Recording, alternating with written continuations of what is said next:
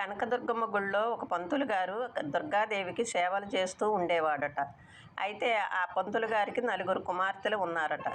గాజుల శెట్టి ఒకరోజు వెళుతూ ఉంటే, మా అమ్మాయిలకి గాజులేసి వెళ్ళువయ్యా అని చెప్పాడట.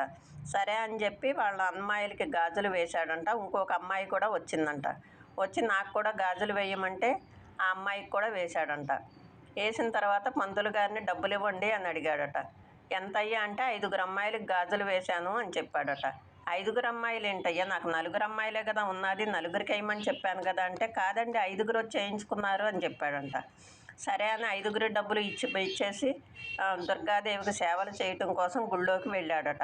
అమ్మవారి చేతి నిండా గాజులు ఉన్నాయంట.